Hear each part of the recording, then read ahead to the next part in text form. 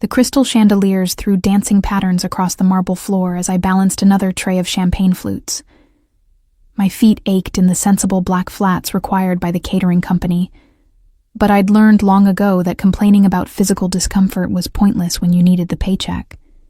The Ashford wedding was the kind of event where a single centerpiece cost more than my monthly rent, and I was just another invisible servant meant to glide through the crowd like a ghost. "More champagne over here."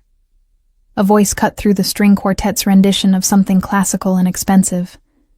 I turned toward the summons, recognizing the groom's older brother, already flushed with alcohol, despite it being barely past cocktail hour. The Ashford family had money that stretched back generations, the kind of wealth that made people believe rules didn't apply to them. I'd served at enough of these events to recognize the type. "Of course, sir," I replied, keeping my voice professionally neutral as I approached with the tray. He grabbed a flute without looking at me, his attention fixed on the blonde woman beside him who laughed too loudly at something he'd said. The champagne sloshed dangerously close to the rim as he gestured wildly, and I stepped back just in time to avoid being splashed. The ballroom was a study in ostentatious wealth. Ice sculptures shaped like swans flanked the entrance. White roses imported from Ecuador cascaded down every column. The bride's dress probably cost more than I'd earn in 5 years of working events like this. I moved through the crowd with practiced efficiency, offering champagne and collecting empty glasses, making myself as inconspicuous as possible. That was the trick to surviving these jobs. Be efficient, but invisible. Smile, but don't engage. Remember that you're here to serve, not to exist as a person in their world. "You there!" another voice called out. I suppressed a sigh and turned to find the groom himself, Tyler Ashford, weaving slightly on his feet. His bow tie hung loosened around his neck, and his eyes had the glazed look of someone who'd started celebrating too early. The bride was nowhere in sight, probably being photographed for the millionth time. "Yes, sir?" I kept the tray balanced carefully as I approached. "Get me another bottle of that imported stuff. Not the garbage you're serving." He gestured dismissively at my tray of perfectly good champagne. "I'll check with the bar about availability," I said, already calculating how to politely deflect. The catering manager had been clear about limiting the groom's alcohol intake after he'd gotten belligerent at the rehearsal dinner. "I didn't ask you to check." His voice rose slightly. "I told you to get it." Several nearby guests turned to look, their conversations faltering. I felt heat creeping up my neck, the familiar sensation of being put on display. This was the moment where I was supposed to apologize and scurry away, reinforcing my place in the hierarchy. "Sir, perhaps after dinner." His hand shot out, gripping my wrist hard enough to make me gasp. The tray tilted dangerously, champagne threatening to spill. "Listen to me, you insolent little—" The words that followed were crude and demeaning, designed to remind me exactly what he thought of someone like me. His fingers dug into my wrist as he continued his tirade, alcohol making him bold and cruel.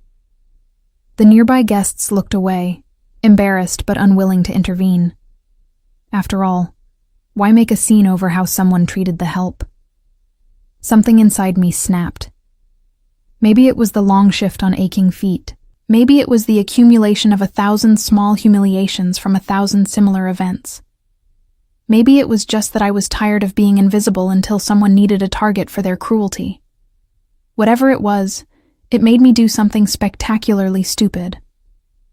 I tilted the tray deliberately, letting every glass of champagne cascade directly onto Tyler Ashford's head. The liquid soaked through his perfectly styled hair, dripped down his designer tuxedo, and puddled at his expensive shoes. The ballroom went absolutely silent. Even the string quartet stuttered to a halt. "There," I said, my voice carrying in the sudden quiet. I kept my tone pleasant, almost cheerful. "Now you're refreshed, sir. You seemed a bit overheated." Tyler's face went from red to purple. His mouth opened and closed like a fish. His fingers finally released my wrist as he stood there, dripping and furious. You, he sputtered, champagne dripping from his eyebrows. "You're fired. I'll make sure you never work in this city again. A sound interrupted his escalating threats. Low, rich, and completely unexpected in the tense atmosphere. Laughter. Not polite amusement. Deep, genuine laughter that seemed to roll through the ballroom like thunder. Every head turned toward the sound. I followed their gaze to find a man I hadn't noticed before, standing near the back of the room. He was tall, perhaps mid-30s, with dark hair styled with casual precision. His suit probably cost more than my car, but he wore it with an ease that suggested he was equally comfortable in anything. When he smiled, it didn't reach his steel-gray eyes. Those eyes fixed on me with an intensity that made my breath catch. He walked forward through the crowd, which parted for him like the Red Sea. There was something about the way he moved, a predatory grace that suggested danger wrapped in expensive tailoring. Every person he passed seemed to lean slightly away, their expressions a mixture of respect and fear.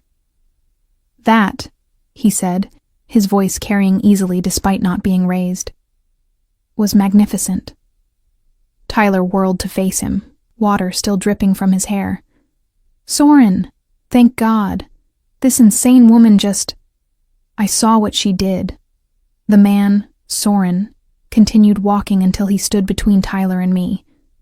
Up close, I could see the sharp intelligence in those gray eyes, the slight scar along his jawline that suggested his life hadn't always been as polished as his current appearance.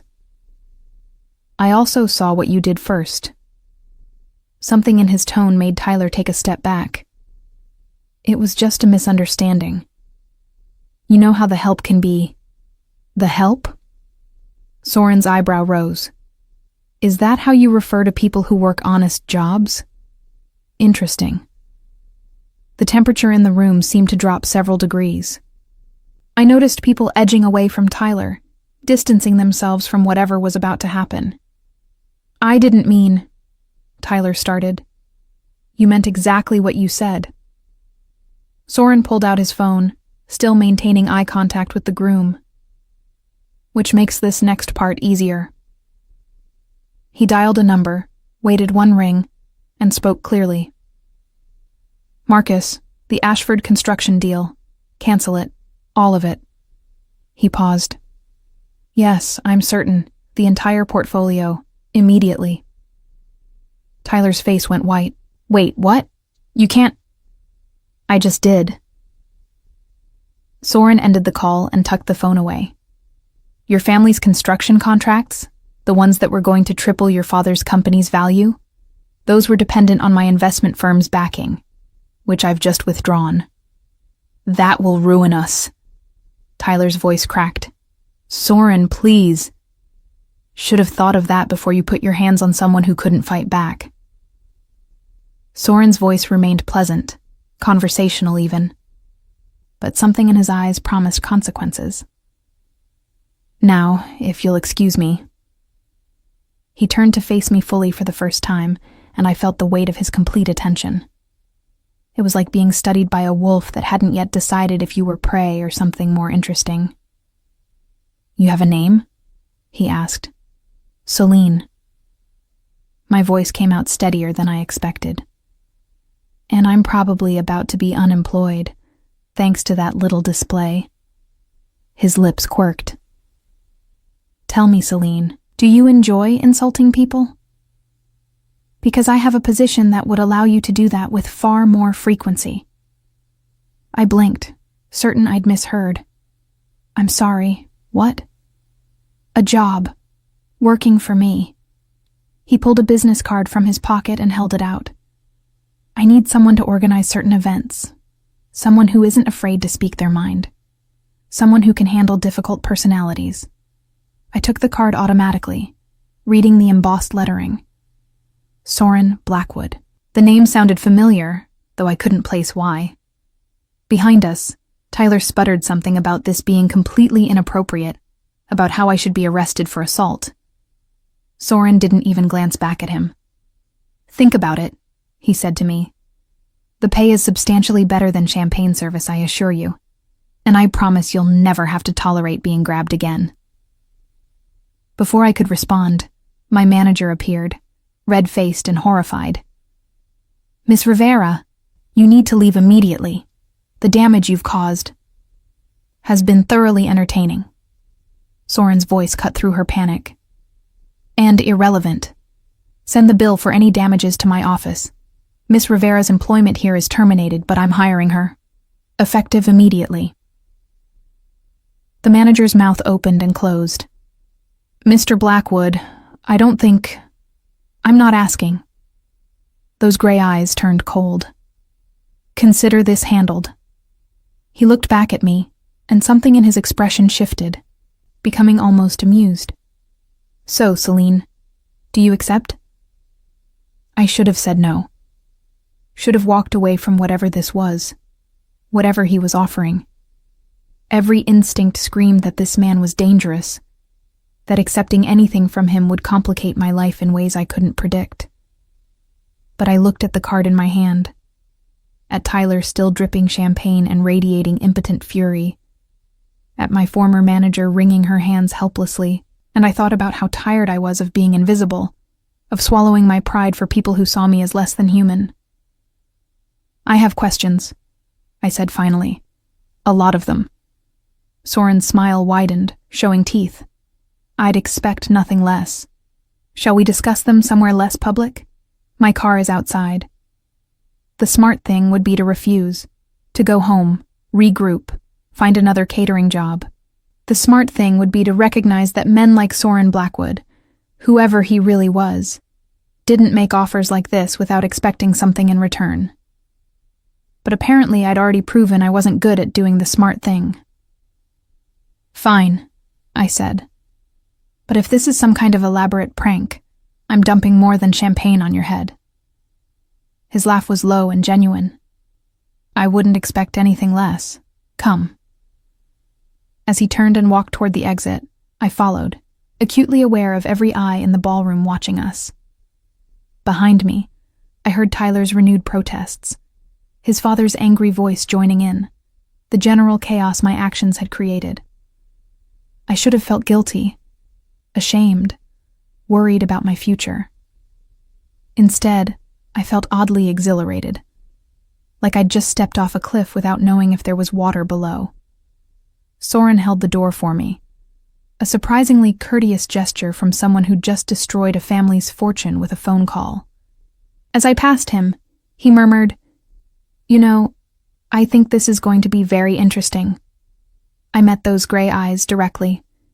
Interesting for who? Both of us. He smiled.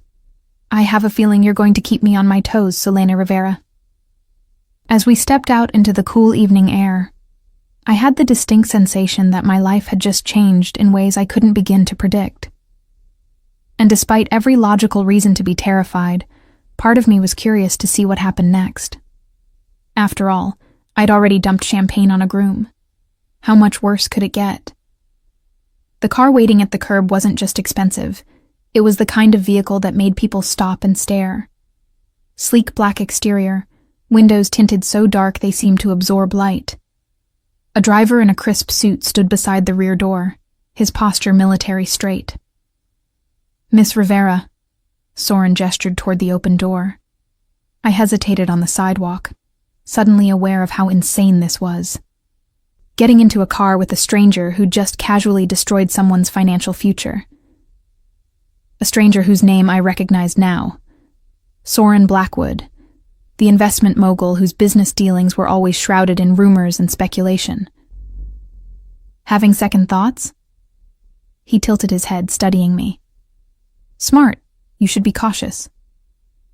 Then why aren't you worried I'll run? I challenged. Because you're curious. He leaned against the car, completely relaxed. And because you need a job, but mostly because you want to know what I actually want from you. Damn him for being right. I slid into the car, the leather seats cool against my legs.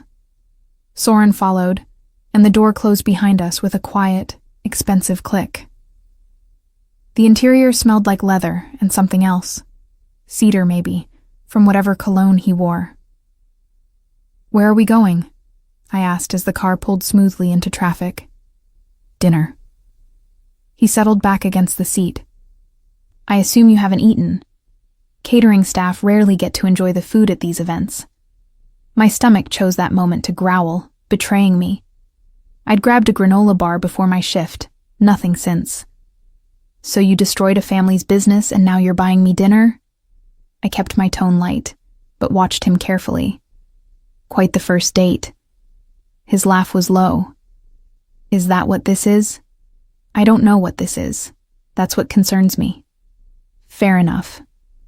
He pressed a button, and a partition rose between us and the driver, cocooning us in privacy. "Let me be clear, Celine. I don't do anything without a reason. That display back there? Tyler Ashford has been on my radar for months. His family's construction company has been cutting corners, using substandard materials. 3 buildings with major structural issues, all swept under the rug with bribes. I was looking for an excuse to pull my investment. And I gave you one. You gave me a perfect one." He smiled. "But that's not why I'm interested in hiring you." "Then why?" He was quiet for a moment, those gray eyes assessing me in a way that made me feel simultaneously exposed and intrigued. "Because in a room full of people who know exactly who I am and what I can do, you treated me like any other person. You weren't impressed by my intervention. You were skeptical. That's rare. Most people aren't stupid enough to be skeptical of someone with your reputation, and yet here you are." He leaned forward slightly. "Tell me, what do you know about my reputation?" "That you're very rich, very powerful, and very good at making people disappear from business deals." I met his gaze steadily. "Also that nobody really knows where you came from or how you built your empire so quickly, which means you're either brilliant, ruthless, or both. Perceptive." His expression gave nothing away. "Does that frighten you?" "Should it?" "Probably." He pulled out a tablet, tapped it to life, and turned it toward me. "Here's what I'm offering. 10 months. You'll work as my personal event coordinator. I host several charity galas, business dinners, and social functions throughout the year. All carefully orchestrated affairs that require someone who can handle difficult personalities and unexpected situations." I looked at the contract displayed on the screen, my eyes widening at the salary figure. "This is more than fair." He scrolled down. "Full benefits, housing allowance if needed, and a guarantee that you'll never be in a position where someone can treat you the way Tyler did tonight. You'll work directly with me, report to no one else, and have complete authority over event planning and execution." "Why me?" I looked up from the tablet. "You could hire a professional with actual experience." "I have professionals.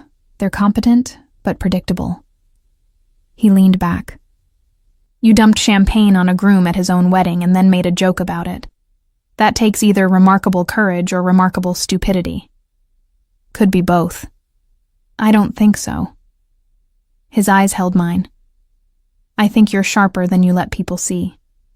I think you've learned to make yourself small and unobtrusive to survive in a world that doesn't value what you have to offer. And I think you're tired of it." The accuracy of his assessment sent a chill through me. How could he possibly know that from one interaction? "This feels like more than event planning," I said carefully. "It is." He didn't try to hide it. "I need someone who can read people, anticipate problems, and handle situations with discretion. Someone who isn't easily intimidated. The events I host aren't just social gatherings. They're opportunities to observe, to negotiate, to understand the people I do business with." "So, I'd be what exactly? Your spy?" "My eyes and ears in situations where I need to focus on other things." He took the tablet back. "Nothing illegal. Nothing dangerous. Just observation and honest reporting." The car slowed, pulling up to a restaurant I recognized from magazines. The kind of place where reservations were impossible unless you knew the right people. Of course, Soren knew the right people. "Think about it over dinner," he said as the driver opened the door. "No pressure. If you decline, I'll have my driver take you home with a generous severance for your trouble tonight." I should have taken the severance. Should have walked away from this bizarre offer from this dangerous man. Instead, I got out of the car. The restaurant interior was all exposed brick and Edison bulbs, somehow managing to feel both industrial and intimate. We were led to a private table in the back, away from other diners. Soren ordered wine without looking at the menu, then turned his attention fully to me. "Tell me about yourself," he said. "Shouldn't you already know? If you're this thorough about business deals, I assume you've already researched me." His smile was approving. "I know the basics. 24 years old, associate degree in hospitality management, been working catering jobs for 3 years. Grew up in the Midwest, moved here after college, no family in the area. Clean record, good credit despite modest income. But those are just facts. I want to know who you are." "Why does it matter for event planning?" "Because I'm considering trusting you with access to sensitive information. I need to understand how you think." The wine arrived, and I took a sip, buying time. It was smooth and rich, probably costing more per bottle than I made in a week. "I'm practical," I said finally. "I don't have the luxury of being otherwise. I work hard, I keep my head down, and I try to build something stable. Tonight was an aberration." "Was it?" He leaned forward. "Or was it you finally reaching your breaking point? Does everyone you meet get psychoanalyzed?" "Only the interesting ones." He smiled. "You haven't asked me the most important question yet. Which is, what happens if you accept this job and then decide you want to leave?" I set down my wine glass. "Okay, what happens?" "You leave." He said it simply. "This is a 10-month contract, but either of us can terminate it with 2 weeks' notice. I don't believe in forcing people to work for me. It creates resentment, and resentful employees are unreliable. That seems too simple. It is simple. What's complicated is whether you trust that I'm telling the truth." He studied me. "You're wondering if this is some elaborate manipulation. If I'm the kind of man who makes promises he doesn't keep. Are you?" "I keep my promises." His voice hardened slightly. "Always. What I don't tolerate is betrayal. Work for me, honestly, and you'll be treated fairly. Try to deceive me, and you'll regret it." There was the threat I'd been waiting for, delivered calmly but unmistakably real. "At least you're honest about it," I said. "I find honesty saves time." He gestured as waiters appeared with our first course, something artfully arranged that probably had a French name. "So, Celine Rivera, what's your answer?" I looked at the food I hadn't ordered, the wine I couldn't normally afford, the man across from me who just upended my life with a job offer and a business card. Every logical instinct screamed to walk away. But I thought about going back to my tiny apartment, about finding another catering job where I'd be invisible and expendable, about always being careful, always being small, always swallowing my pride and my words. "I have conditions," I heard myself say. His eyebrow rose. "Do you?" "I want everything in writing. Clear job description, clear boundaries. And I want to be able to ask questions without worrying about consequences." "Done. I'm serious. If something makes me uncomfortable, I need to be able to say so." "I encourage it." He leaned back. "I don't need a yes woman, Celine. I need someone who'll tell me the truth, even when it's inconvenient." "Then yes." The word came out before I could second-guess myself. "I'll take the job." Something flickered in his eyes. Satisfaction? Maybe, or triumph. "Excellent. We'll start Monday. My assistant will contact you tomorrow with details. Just like that? Just like that. He raised his wine glass. To new beginnings and champagne-soaked grooms. Despite myself, I laughed and clinked my glass against his. To terrible life decisions. The best kind, he agreed. As we ate, Soren asked questions about my background, my education, my observations about the wedding before our dramatic exit. He listened with an intensity that was both flattering and slightly unnerving, filing away every detail like it mattered.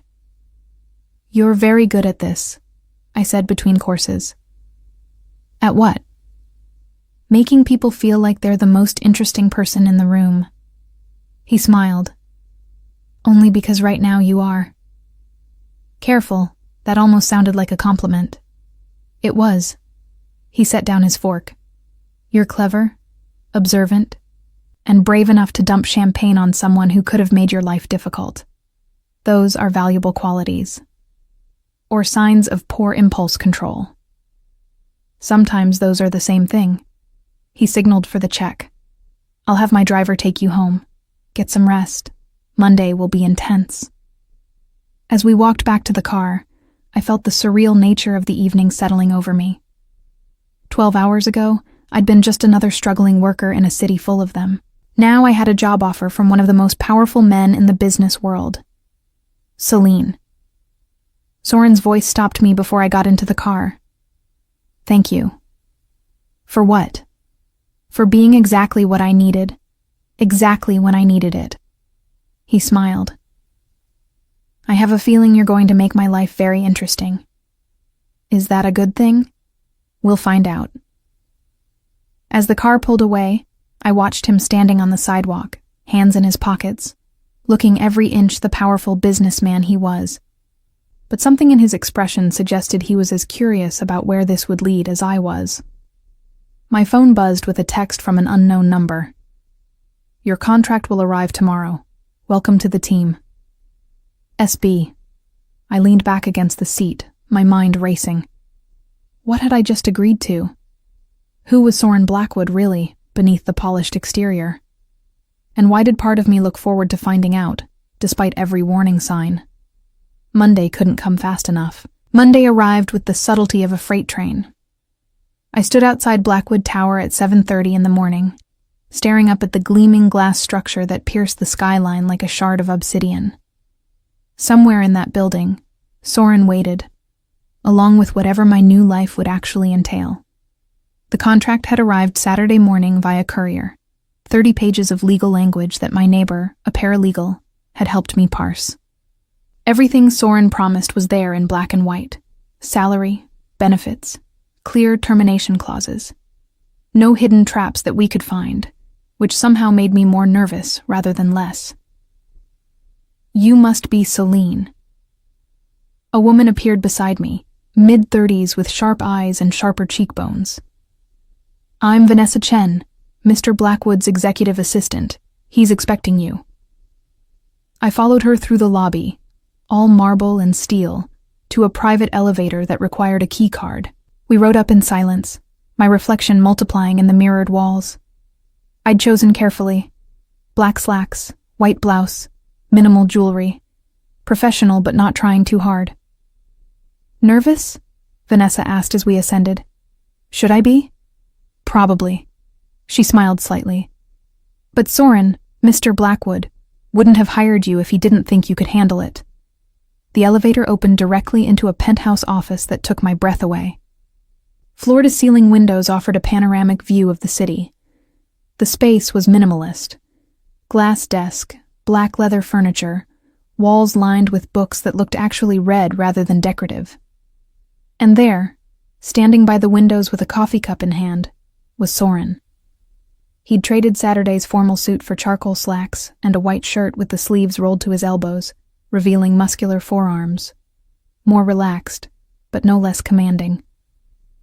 "Celine, right on time." He gestured to the sitting area. "Coffee?" "Please." I settled into one of the leather chairs, accepting the cup Vanessa poured before she disappeared through a side door. "Sleep well?" Soren asked. taking the chair across from me. Not particularly. Kept having anxiety dreams about showing up to black tie events in my pajamas. His laugh was genuine. That's actually happened to me. Long story involving too much whiskey and a very confused hotel concierge. He set down his cup. Today we'll cover the basics. My schedule, ongoing projects, the people you'll interact with. Then tomorrow night, you'll attend your first event with me. What kind of event? Gallery opening. Art collector named Mikhail Volkov is showcasing his new acquisitions. Mostly legitimate, some questionably sourced. I need to feel out whether he's worth doing business with. And my role? Observe. Tell me what you notice about him, his guests, the dynamics in the room. He leaned forward slightly. People lower their guards at social events. They reveal things they wouldn't in a boardroom. So I am a spy. You're an observer with excellent instincts. He smiled. There's a difference. We spent the morning going through his schedule. A dizzying array of meetings, calls, and social obligations. Soren seemed to operate in 3 different time zones simultaneously, switching between languages with fluid ease. I took notes on my new tablet, trying not to feel overwhelmed. Question, I said during a brief pause. Why do you need someone to observe social dynamics? You clearly read people well yourself. I can't be everywhere at once. He pulled up a calendar on the screen between us. When I'm negotiating a deal, I can't also be watching how someone's wife reacts to mention of offshore accounts.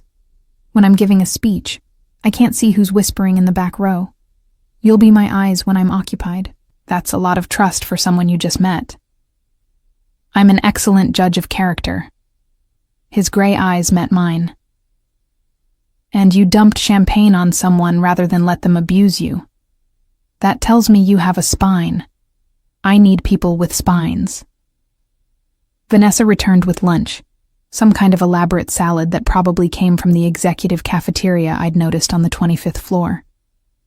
As we ate, Soren asked questions about my observations of his office, the building, the people I'd seen. You're testing me, I said after the 5th question. I'm calibrating. He smiled. I want to understand your baseline observations. Everyone notices different things. You keep mentioning people's hands, their gestures, what they're holding, how they move. That's useful. I used to work retail, I explained. You learn to watch hands. Tells you if someone's nervous, lying, about to steal something. See? Exactly the kind of background that makes you valuable. He stood, gesturing for me to follow. Come on, I want to show you something. We took the elevator down to the 28th floor, where he led me through a maze of corridors to a large room filled with monitors. Security footage from dozens of locations flickered across the screens. His building, several restaurants, a hotel lobby, what looked like a warehouse district. This is where we coordinate security for our properties and business interests, Soren explained. I'm not asking you to become a security analyst, but I want you to understand the level of awareness I maintain about my operations. I studied the screens, feeling slightly unsettled. You watch everything. Not everything. Just enough to protect what's mine. He glanced at me. Does that bother you? I'm deciding. I crossed my arms. Is this supposed to impress me or intimidate me? Neither. It's supposed to be honest. He moved closer to one of the screens, pointing. That warehouse? It's part of a shipping operation I'm investigating. Someone's skimming profits. When I figure out who, they'll be removed. That hotel lobby? One of my business partners stays there when he's in town. I like to know who he's meeting with. He turned back to me. I don't apologize for being thorough. It's how I've survived. Survived what? Something flickered in his expression. Old pain, carefully controlled. Growing up with nothing in a world that values everything by its price tag. Building something from nothing means protecting it ruthlessly. Otherwise, someone will take it from you. There was real emotion beneath those words, quickly masked, but undeniable. I'd glimpsed something true, something vulnerable, before he locked it away again. I understand that, I said quietly. Not the building an empire part, but the protecting what little you have part. He studied me for a long moment. Yes, I suppose you would. We returned to his office, where Vanessa had laid out several clothing options on the conference table. Elegant dresses in various styles, all in my size. For tomorrow night, Soren explained, choose whichever you prefer. There's a stylist downstairs if you need alterations. I ran my hand over a deep green silk dress, the fabric cool and impossibly smooth. This is too much. It's necessary. You represent my organization now. Appearance matters at these events. I'm not comfortable with you buying me clothes. Then consider it a uniform. He moved to stand beside me, close enough that I caught the cedar scent of his cologne. I'm not trying to change you, Celine. I'm giving you the tools to do your job effectively. By making me look like I belong in your world, and by ensuring that no one dismisses you the way Tyler did. His voice hardened slightly. You're smart, observant, and valuable. I want people to see that before they even talk to you.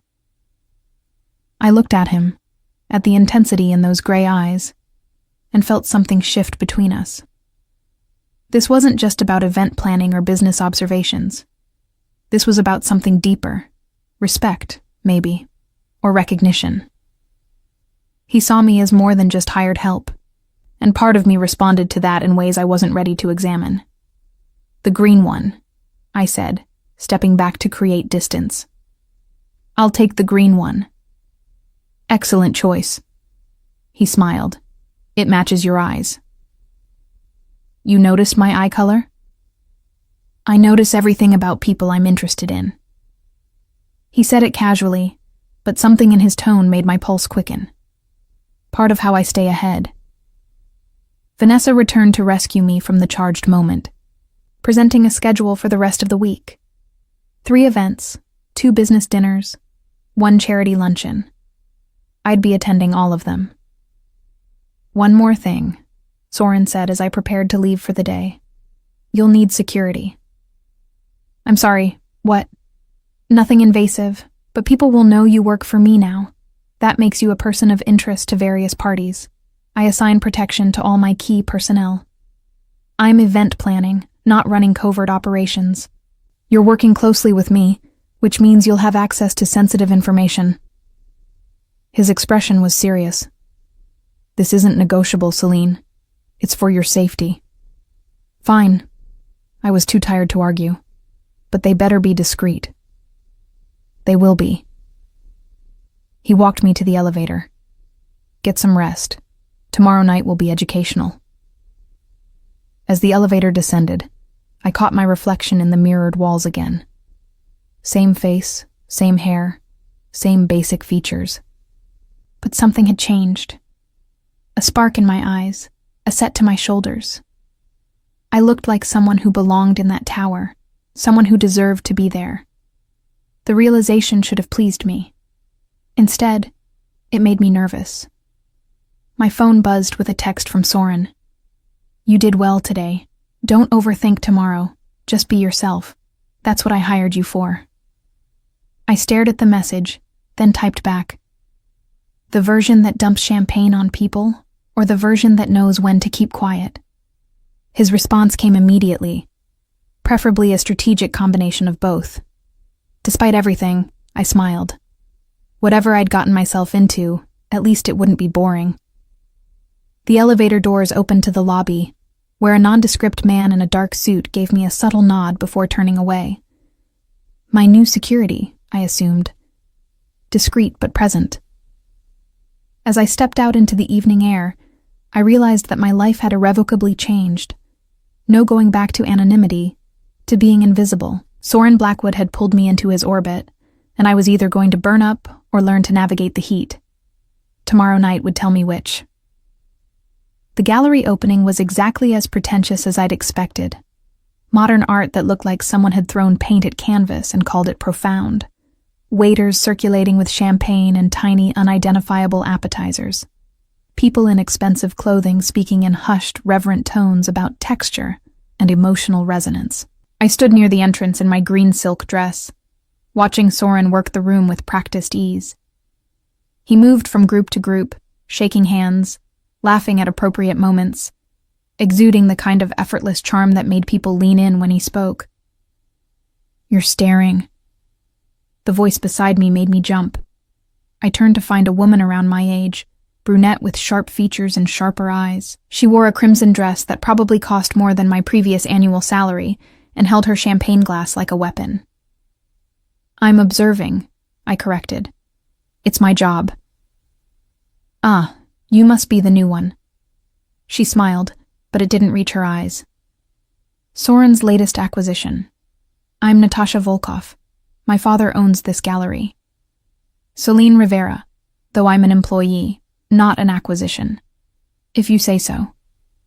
She sipped her champagne. Word travels fast in our circles. Everyone's buzzing about the girl who humiliated Tyler Ashford and got hired for it. Quite the power move. I dumped champagne on him for grabbing me, not to impress anyone. Even better. Her smile warmed fractionally. "He's an entitled pig. Someone needed to knock him down. Just be careful. He has powerful friends." "So do I, apparently." "Yes, you do." She gestured subtly toward Soren. "But working for Soren Blackwood isn't like working for other people. He's brilliant, generous to those he values, and absolutely ruthless to those who cross him. I've known him for years, and I still can't entirely read him." "Why are you telling me this?" "Professional courtesy." She drained her champagne. "Also because I like you. You have spine. Rare quality around here." Before I could respond, Soren appeared at my elbow, his hand settling lightly on my lower back, a gesture of possession that sent an unwelcome flutter through my stomach. "Natasha," he nodded at her, "I trust your father is enjoying his evening?" "Immensely, especially since you've already purchased 3 pieces." She glanced between us. "I was just welcoming your new associate to our world." "How kind." His tone was neutral, but I felt tension in the hand against my back. "If you'll excuse us, I need to introduce Celine to a few people." He guided me away, his touch remaining even after we'd left Natasha behind. "She warned me about you," I said quietly. "Did she?" He didn't seem surprised. "And what did she say?" "That you're ruthless." "I am." He stopped near a sculpture that looked vaguely phallic. "Does that frighten you?" "Should it?" "That seems to be your favorite question." He turned to face me fully, and I was struck again by the intensity in those gray eyes. "Here's the truth, Celine. I'm ruthless in business because mercy gets interpreted as weakness, but I'm never cruel without cause. Remember that distinction. What's the cause in Tyler Ashford's case?" His company built the apartment complex where my cousin lived. Shoddy construction, corners cut everywhere. When the pipes burst last winter, the water damage destroyed everything she owned. She filed complaints that were ignored because the Ashfords paid people to look the other way. His jaw tightened. "So yes, I was ruthless. And I'd do it again." The admission hung between us, and I realized I believed him completely. This was a man who protected his own, with the same intensity he built his empire. "Your observations from tonight?" he asked, shifting topics smoothly. I scanned the room, organizing my thoughts. Mikhail Volkov, the man talking to that blonde woman near the bar, keeps checking his phone every few minutes, nervous about something. His daughter Natasha watches him like she's worried. The art dealer in the corner has been taking photos of specific pieces on his phone, probably for a private client who couldn't attend. And the couple by the window?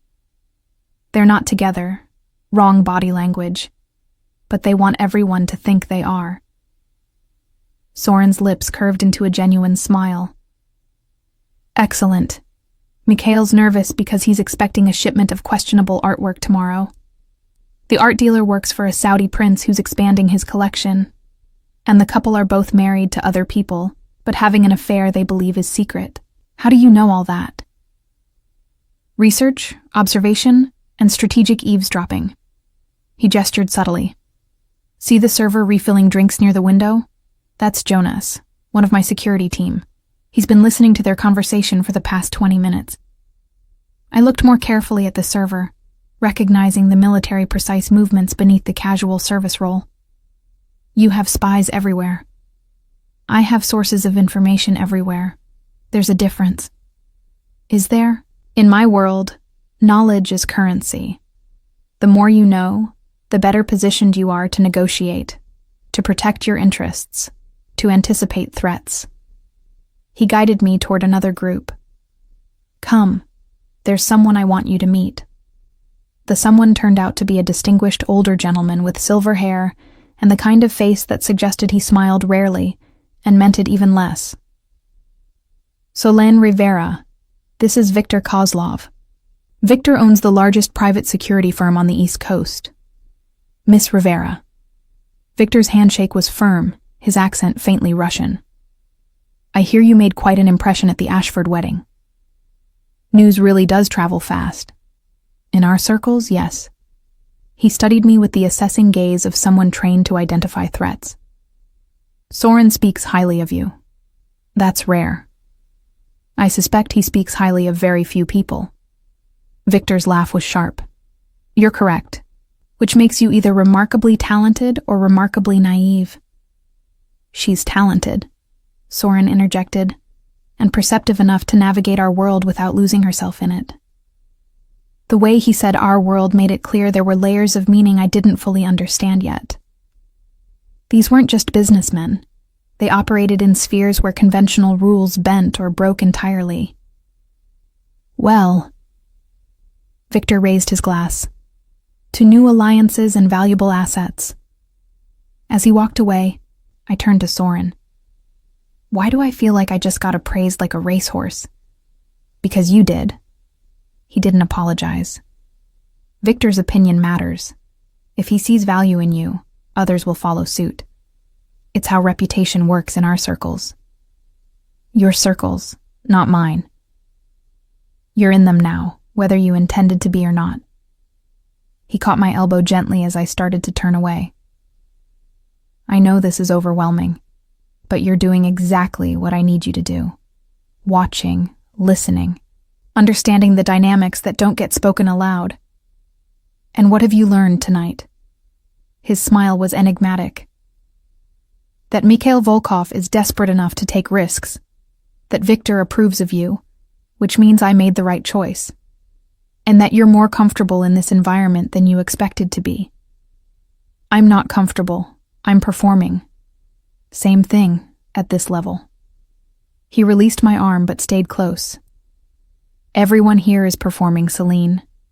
The difference is whether you're good enough at it to achieve your objectives. And what are my objectives? Survival, success, maybe even enjoyment if you let yourself. His gaze held mine. You could be good at this. Better than good. At what? Espionage? Social manipulation? At understanding power and how it flows. At reading the undercurrents that shape decisions. He leaned closer, voice dropping. At being the person everyone underestimates until it's too late. The intensity in his words made my breath catch. This wasn't just about event planning or business observation. This was about something larger, something that would require me to become someone new, or maybe reveal who I'd always been beneath the careful neutrality I'd cultivated. I need air, I said abruptly. He gestured toward the gallery's rooftop terrace. Through those doors. I'll join you in a moment. I escaped to the terrace, breathing in cool evening air that cleared my head. The city sprawled below, lights twinkling like scattered diamonds. Up here, removed from the performance below, I could think clearly. What was I doing? Getting pulled deeper into a world I didn't understand, working for a man who seemed to see me as both asset and something else, something that made my pulse race when he stood too close. Second thoughts? Soren's voice came from behind me. Third or fourth, actually. I turned to face him. You're not just hiring me to plan events. You're grooming me for something. Grooming implies manipulation. He joined me at the railing. I'm offering you opportunities to grow into your potential. There's a difference. Is there? Because from where I'm standing, it feels like you're reshaping me into whatever serves your purposes. I'm showing you what you're capable of. His voice was quiet, but intense. You've spent years making yourself small, invisible, acceptable. I'm giving you permission to be more. Why do you care? He was silent for a long moment, staring out at the city. When he spoke, his voice carried an emotion I hadn't heard before, something almost vulnerable. Because I see myself in you. The hunger to be more than circumstances allow. The intelligence that goes unrecognized because you lack the right pedigree or connections. The potential that gets wasted because the world judges you by external metrics rather than actual capability. He turned to face me. I can give you the platform to become who you're meant to be. The question is whether you're brave enough to take it. And what do you get out of it? Someone I can trust. Someone whose loyalty I earn rather than buy.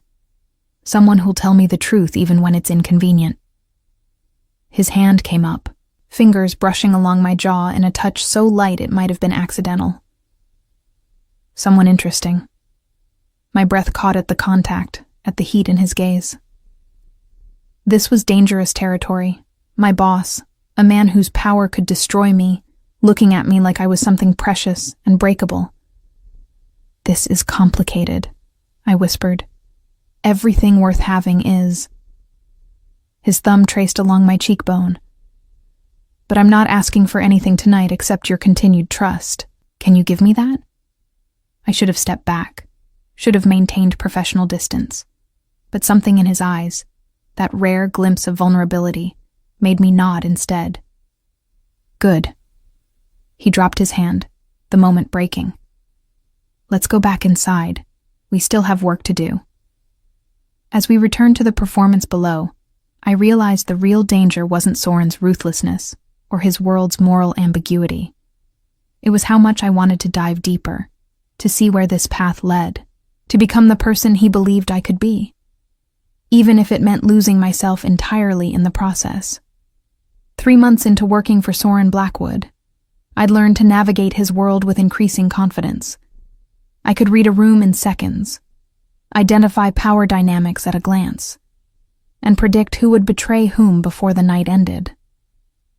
I attended galas and borrowed designer dresses, memorized the names and faces of 100 influential people, and reported back to Soren with observations that proved valuable time and again. What I hadn't learned was how to stop thinking about him.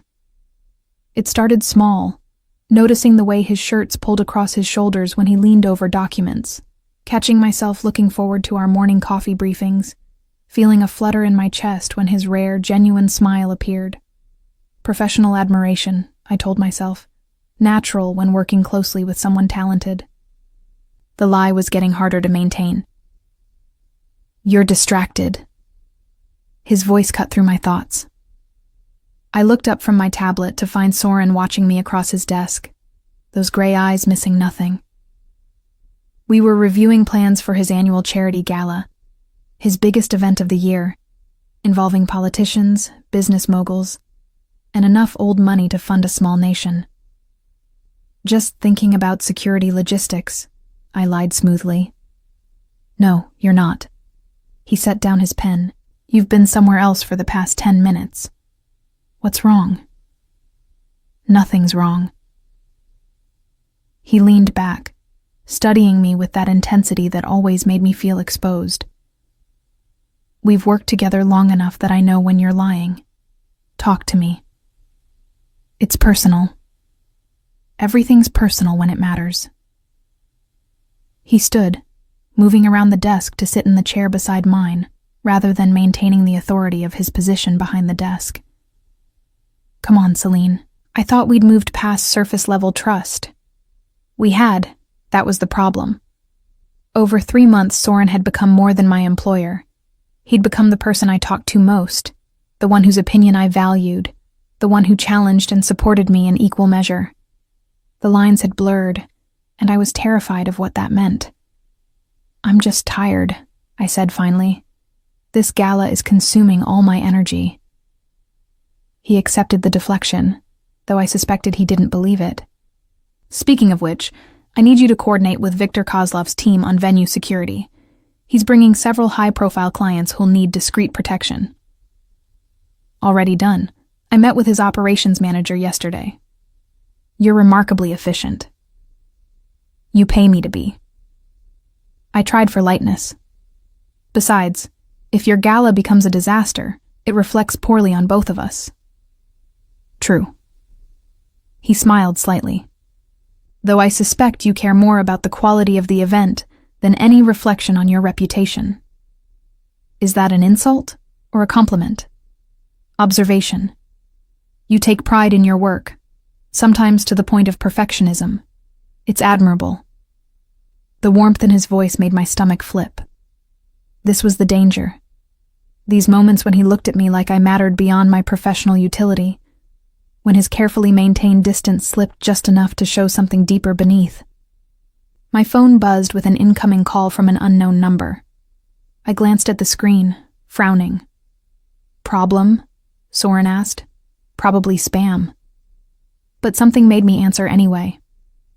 "Hello? Miss Rivera?" A woman's voice, professional and serious. "This is Detective Sarah Chen with the NYPD.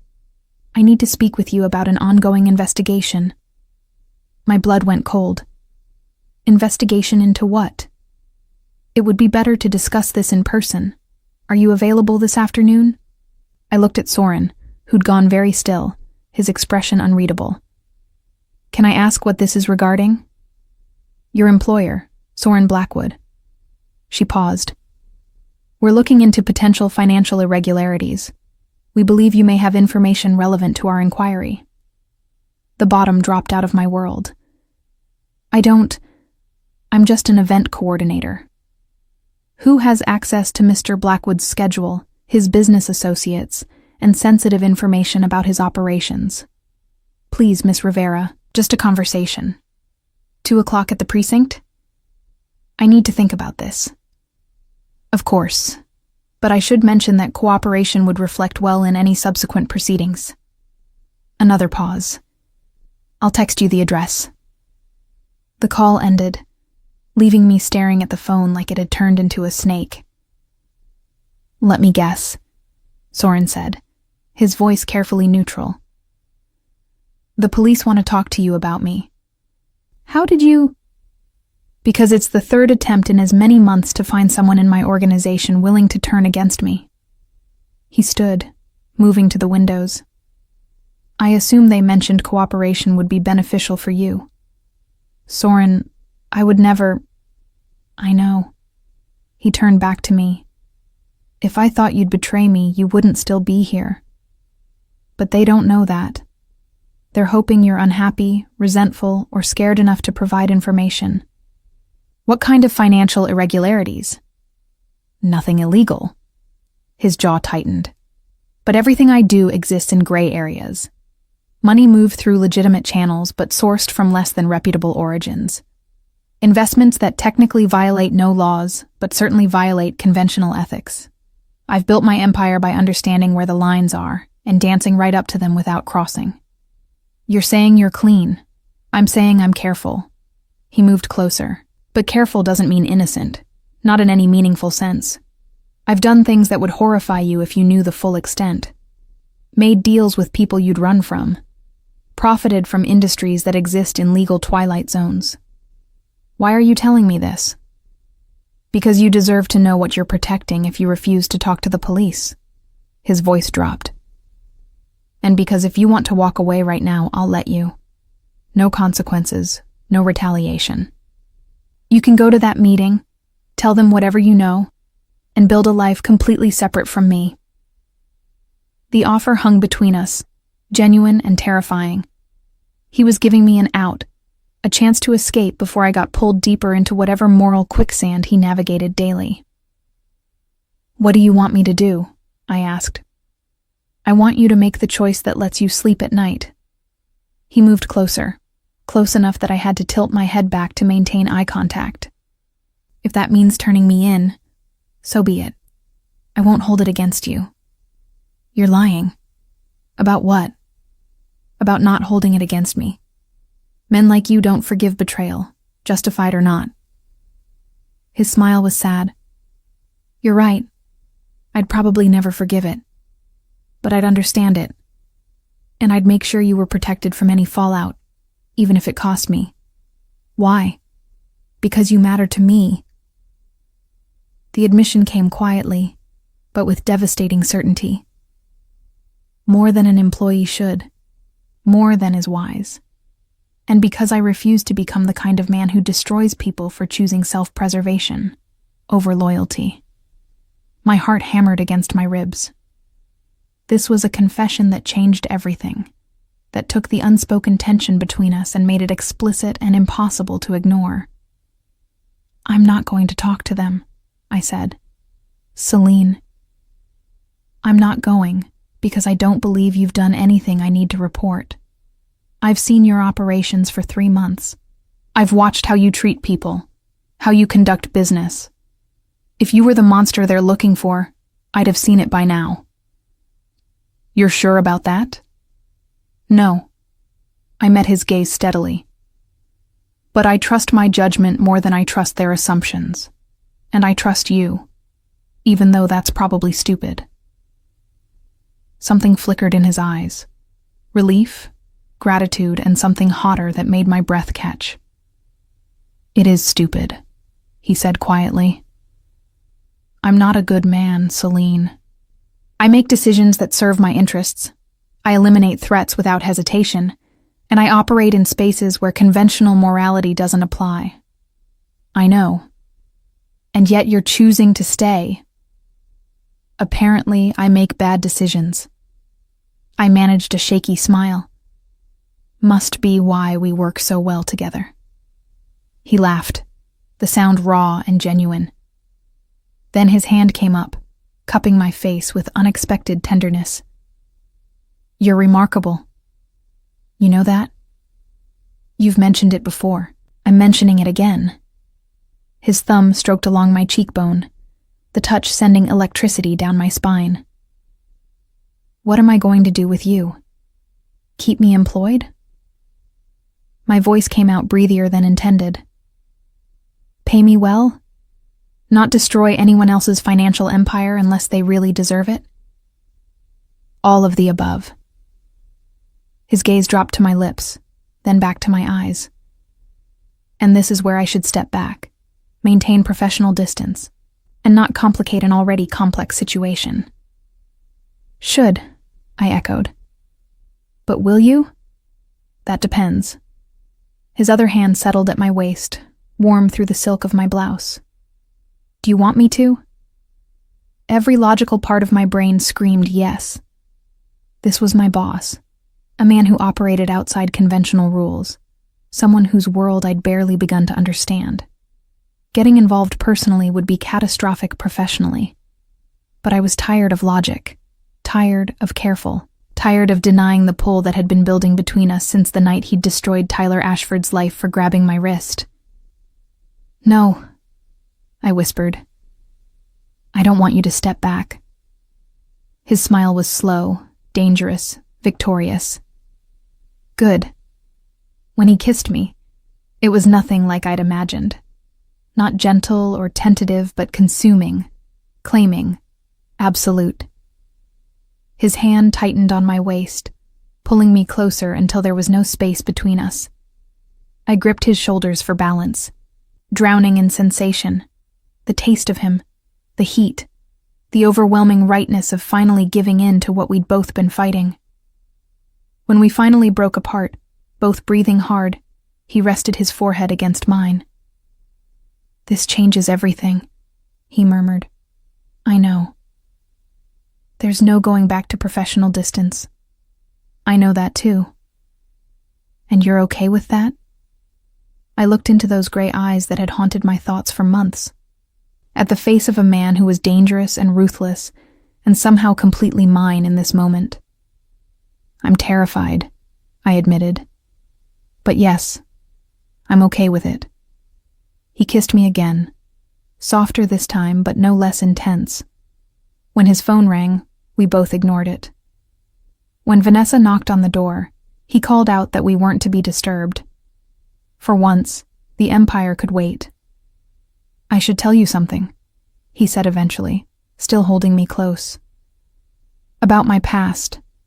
About how I built all this. Later.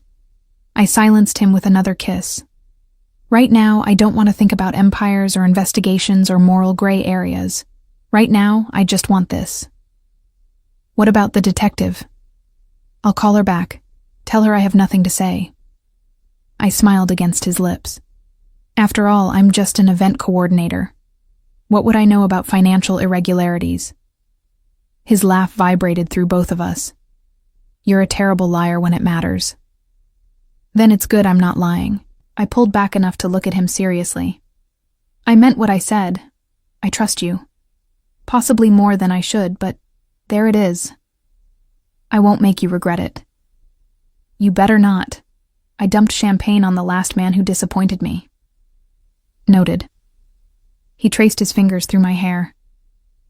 Though I have to say, the mental image of you dumping anything on me is oddly appealing. You're deranged. Probably. He kissed my forehead. But you knew that when you took the job. As we stood there wrapped in each other, the city sprawling beneath us through floor-to-ceiling windows, I realized I'd crossed a line I could never uncross. I'd chosen Soren over safety, passion over prudence, the complicated reality of him over any simplified escape. It was possibly the most reckless decision I'd ever made, and I wouldn't take it back for anything. The charity gala was 8 hours away, and I was running on coffee and nervous energy. The venue, a historic mansion on the Hudson, gleamed with preparation. Ice sculptures positioned perfectly, floral arrangements that cost more than cars, a string quartet warming up in the ballroom, everything according to the meticulous plan I'd spent 3 months perfecting. Miss Rivera? One of the catering staff approached hesitantly. We have a situation with the kitchen timeline. I followed her to address the crisis. A malfunctioning oven that threatened to derail the entire dinner service. 20 minutes of problem-solving later, with backup ovens secured from a neighboring facility, I returned to the main ballroom to find Soren waiting. Catastrophe averted? He asked, a slight smile playing at his lips. For now. I checked my tablet. Though I suspect 3 more will crop up before guests arrive. That's why I hired you. Crisis management is your superpower. He moved closer, voice dropping. Along with several others I've discovered recently. Heat crept up my neck at the implication. The past 3 months since that first kiss had been a careful dance of professional competence and private passion. At work, we maintained appropriate distance. Away from the office, we explored the connection that had been building since that first explosive night. Behave, I murmured. We're on the clock. I'm always on the clock. But he stepped back, becoming all business again. Victor just arrived. He wants to brief you on the security protocols before guests start arriving. I found Victor in the mansion's study, reviewing camera feeds with his team. The distinguished older man looked up as I entered, approval in his expression. Miss Rivera, your attention to detail has made our job significantly easier. Not often I work an event this well planned. High praise from you, I replied. Earned praise. He gestured to the monitors. We've identified 3 individuals of concern who RSVP'd, one with known ties to the Kozlov organization, my competitors in Eastern Europe, one who attempted to hack Soren's financial systems last year, and one whose presence seems designed purely to provoke. Let me guess. Tyler Ashford's father? Victor's eyebrow rose. Very good. Yes, Richard Ashford accepted the invitation at the last moment. Given your history with his son, We thought you should know. A flicker of apprehension ran through me. The Ashford family had been oddly quiet since that wedding disaster. Too quiet, perhaps. What's his play? I asked. Unknown, but Soren wants you protected tonight. One of my team will shadow you throughout the event. That seems excessive. It's necessary. Victor's tone left no room for argument. You matter to Soren, which means you matter to me. Don't make this difficult. I accepted the inevitable.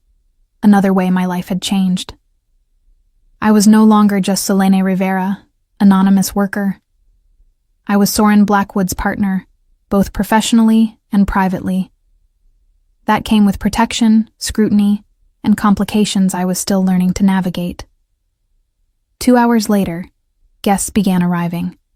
I moved through the crowd in a midnight blue gown that Soren had selected.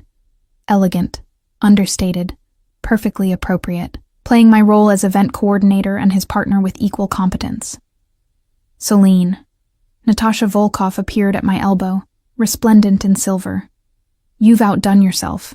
This is spectacular. Thank you, though I had a generous budget and excellent vendors. False modesty doesn't suit you. She smiled. Own your accomplishments. God knows the men in this room don't hesitate.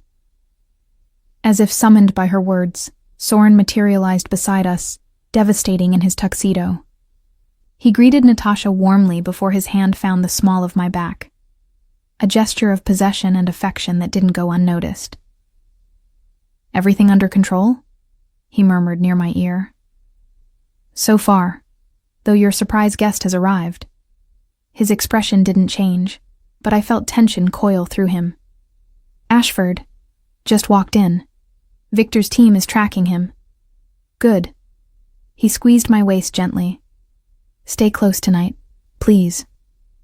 The please was what got me. Soren rarely asked for anything outright, usually commanding with the absolute certainty that he'd be obeyed.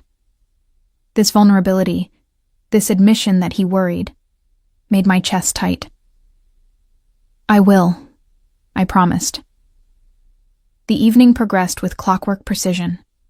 Dinner was served flawlessly. Speeches were made. Donations flooded in for Soren's favored charities. I watched him work the room with that effortless charisma, securing commitments and partnerships with each conversation. This was his world, and he'd made a space in it for me. Quite the Cinderella story, isn't it? The voice came from behind me, dripping with condescension. I turned to find Richard Ashford, Tyler's father, older, harder, with the same entitled sneer his son had worn. Mr. Ashford. I kept my voice professionally neutral. I hope you're enjoying the evening. Oh, immensely. He sipped his whiskey. Though I have to say, I'm curious about your qualifications. What exactly made Soren Blackwood hire a champagne-throwing waitress to coordinate his most important event? My sparkling personality? I smiled sweetly. Or perhaps my proven ability to handle difficult people with grace. His eyes narrowed. You cost my family millions. Your son's behavior cost you millions. I just provided the excuse Soren needed to cut ties with a corrupt operation. I tilted my head. But I'm sure you've heard that version already. Careful, Miss Rivera. He stepped closer, his voice dropping to a threatening rumble. You're playing in a world you don't understand. Soren may protect you now, but how long do you think that lasts? When he gets bored, when you're no longer useful, you'll find yourself back where you started. Or worse. Is that a threat? It's a reality check. He drained his whiskey. Girls like you don't end up with men like him. Not permanently. Enjoy it while it lasts. Before I could respond, Soren appeared at my side, his hand immediately finding mine. The protective gesture was deliberate, unmistakable. Richard. His voice was pleasant ice. I don't recall inviting you to harass my partner. Partner? Richard laughed. Is that what we're calling it? That's what she is. Soren's grip tightened on my hand. In every sense that matters. Which means treating her with anything less than complete respect is treating me with disrespect. I assume you understand the implications." The threat hung in the air between them, unspoken but crystal clear. Richard's face reddened, but he backed down, recognizing a battle he couldn't win. "Of course, my apologies." He forced the words out. "Miss Rivera, forgive my rudeness." "Forgiven," I said, though we both knew it was a lie. As Richard retreated, Soren turned to me fully. "Are you all right?" "Fine, though your surprise appearances are getting predictable. I told you to stay close." His thumb stroked across my knuckles, and I meant it. Men like Ashford don't forget perceived slights. He'll continue being a problem. Then I suppose it's good I have a powerful boyfriend to protect me.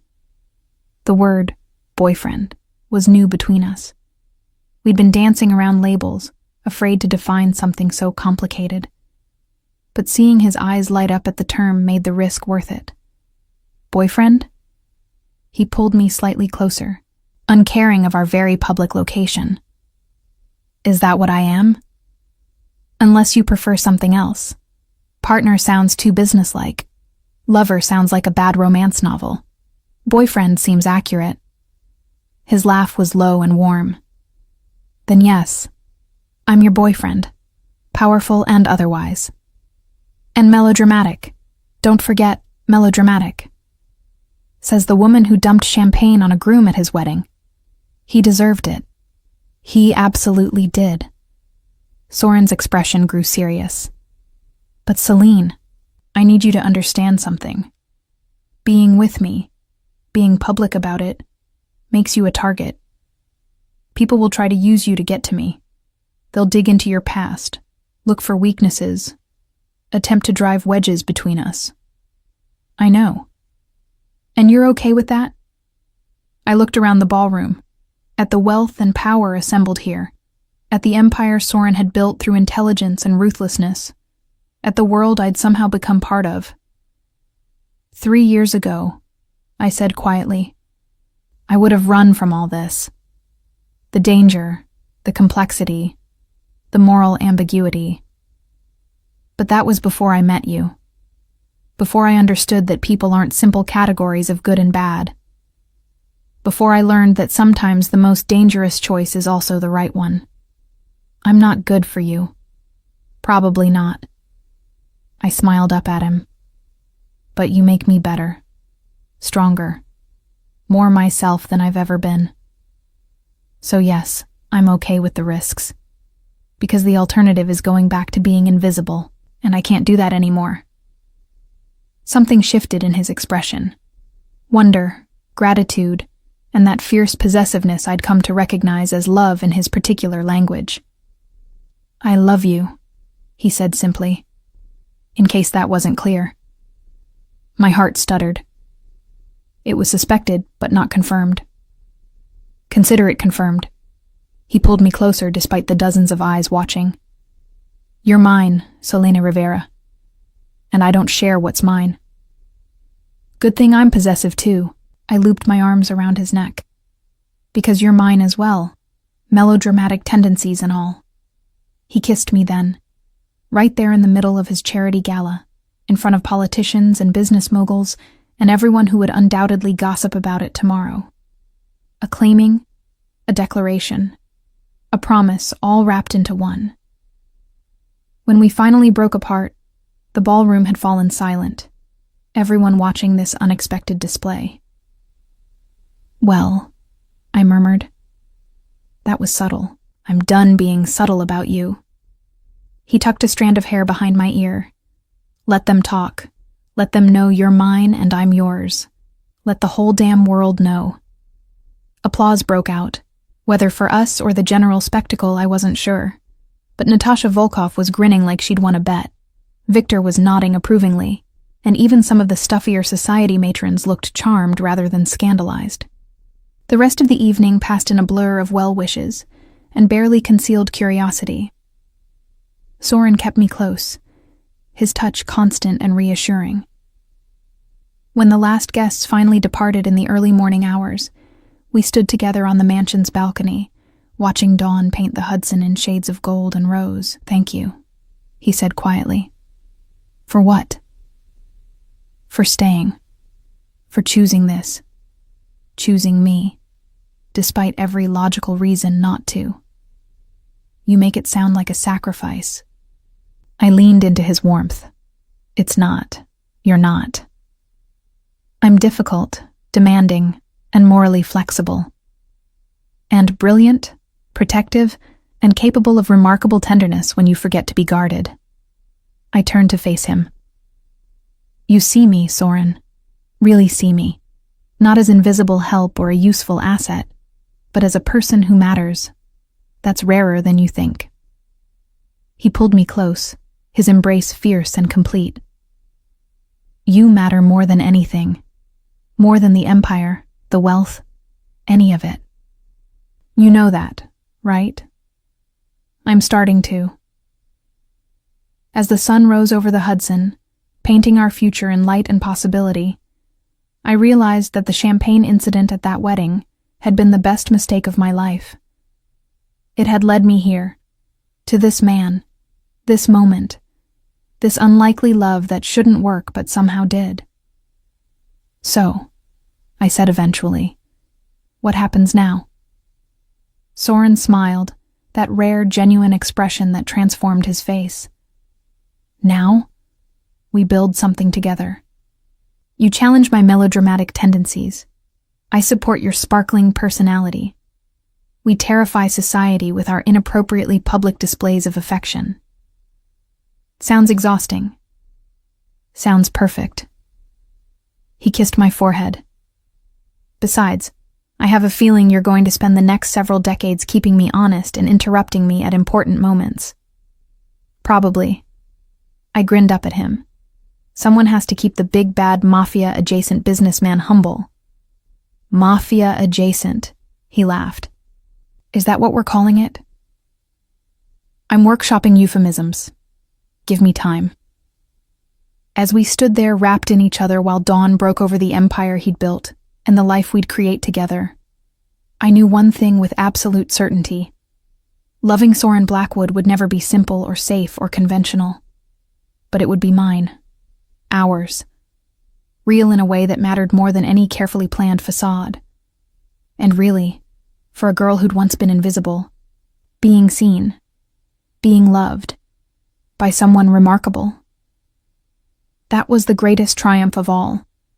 From champagne-soaked humiliation to a love that defied every expectation.